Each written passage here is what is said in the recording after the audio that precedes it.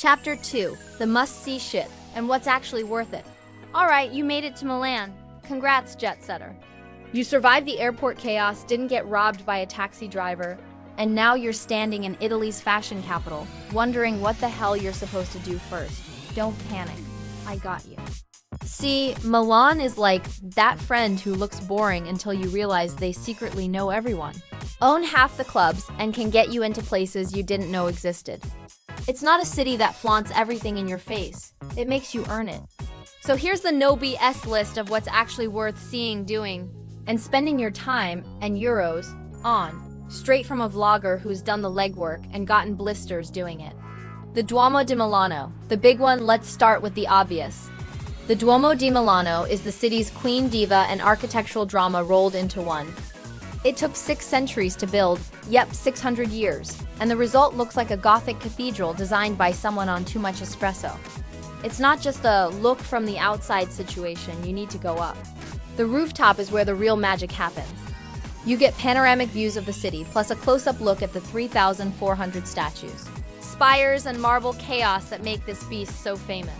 Tickets aren't free, so stop whining and buy the combo one, cathedral plus rooftop plus museum. The lines are legendary, so pre-book online like an adult. Bonus tip from Milan Tips. Early morning or sunset gives you the best light for photos and fewer selfie stick zombies. Galleria Vittorio Emanuele 2, where your wallet goes to die. Next up, right beside the Duomo, is the Galleria Vittorio Emanuele 2, the oldest shopping mall in Italy, and probably the most extravagant one in the world. Picture a glass-roofed arcade dripping in marble, mosaics, and luxury brands that'll make your credit card cry for mercy. This is not a go shopping spot, it's a pretend you're rich and take pictures spot. Watch people strut in designer gear while you nurse a €9 espresso from Cafe. If you can't afford Prada, at least you can stand next to it. But the Galleria isn't just a mall, it's history. Built in 1877, it's basically where the term window shopping was born. Fun superstition. Find the mosaic bull on the floor, spin on your heel 3 times, and legend says you'll get good luck. Mostly, it just makes you dizzy while locals judge you.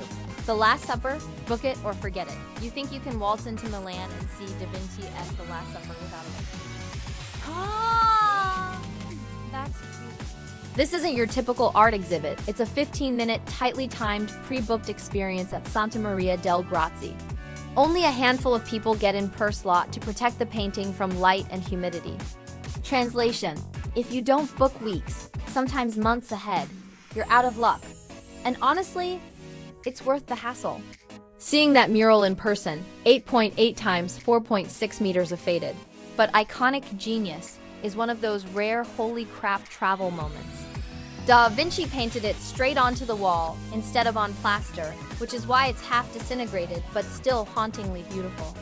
Pro tip: go early morning when the light through the windows is soft. Also, don't waste your 15 minutes taking selfies. You'll look like a clown and miss the art.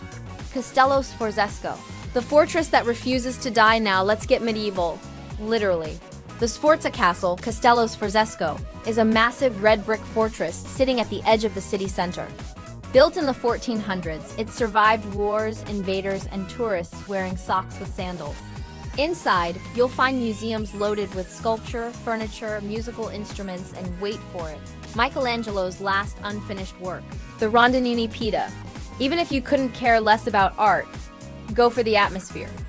The castle courtyard and moat-turned walkways are great for lazy strolls or a quick escape from the chaos outside. And right behind it, Parco Sempione, Milan's chill-out zone. Think big lawns, lakes, and a ton of locals pretending to jog while actually just people watching. The Navigli district, where Milan lets loose. Daytime Milan is all about suits and schedules. Nighttime Milan? That's when the city unbuttons its shirt and orders a Negroni. Head to Navigli, the canal district designed by Leonardo da Vinci back when he wasn't busy painting or inventing helicopters. The 2 main canals, Naviglio Grande and Naviglio Pavese, are lined with bars, vintage shops, and restaurants. Go around 6 p.m. for aperitivo hour, that glorious Italian ritual where you buy 1 drink and they drown you in snacks. Locals pile in after work. Tourists pretend they're locals. Everyone wins. By night, the canals light up, buskers play, and it's basically impossible not to have a good time. If you want something quieter, wander off the main strip. There are hidden courtyards and little trattorias that feel miles away from the chaos. Brera, artsy, pretty slightly pretentious Brera is Milan's arts district. Narrow cobblestone streets, ivy-covered buildings, and enough charm to make even the most cynical traveler say, "Damn, that's cute." It's home to the Pinacoteca di Brera, one of Italy's top art galleries. Inside, Caravaggio, Raphael, Mantegna, basically a who's who of Renaissance heavyweights. Even if you're not into paintings of half-naked angels, the neighborhood itself is worth a wander. Cafes spill onto the streets, boutiques sell everything from handmade jewelry to I spent all my money in Milan souvenirs. And every corner feels like a postcard. Go early in the day for calm vibes. By late afternoon, it's crawling with influencers chasing the perfect cappuccino shot. Porta Nuova and city life, Milan goes futuristic. Think Italy is all old ruins and cobblestones? Not here. Milan's skyline is pure sci-fi.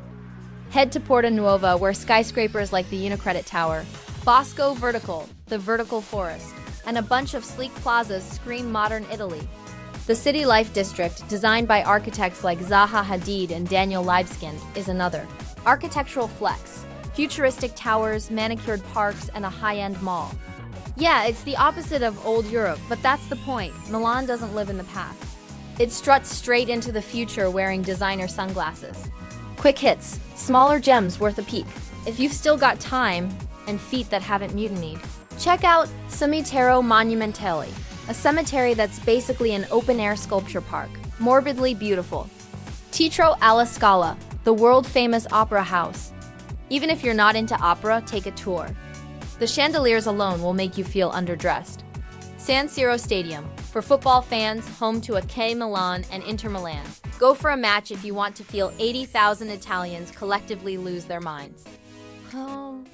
Football fans, home to a lose their minds. Go for a match if you want to feel 80,000 Italians collectively lose their minds. Chinatown, via Apollo Sarpi, great for street food when you've overdosed on pasta. What's overrated? Yeah, I said it. Not everything in Milan deserves your time. Skip the endless designer stores if you're not buying. Window shopping loses its charm fast when a scarf costs your rent. And unless you're an architecture nerd, you don't need to see every single church. Pick the Duomo and maybe one more and call it a day. Also, beware of random fashion museums or Da Vinci experiences near tourist zones. Half of them are cash grabs with cardboard exhibits and bad lighting. Final thoughts. Milan rewards the curious. Milan isn't the kind of city where you check off a list and leave. It's a city you wander. One moment you're sipping espresso in a 15th century courtyard. The next you're gawking at skyscrapers that look like alien spaceships. It's old, new, loud, stylish, messy, like Italy, but on caffeine. So here's the golden rule.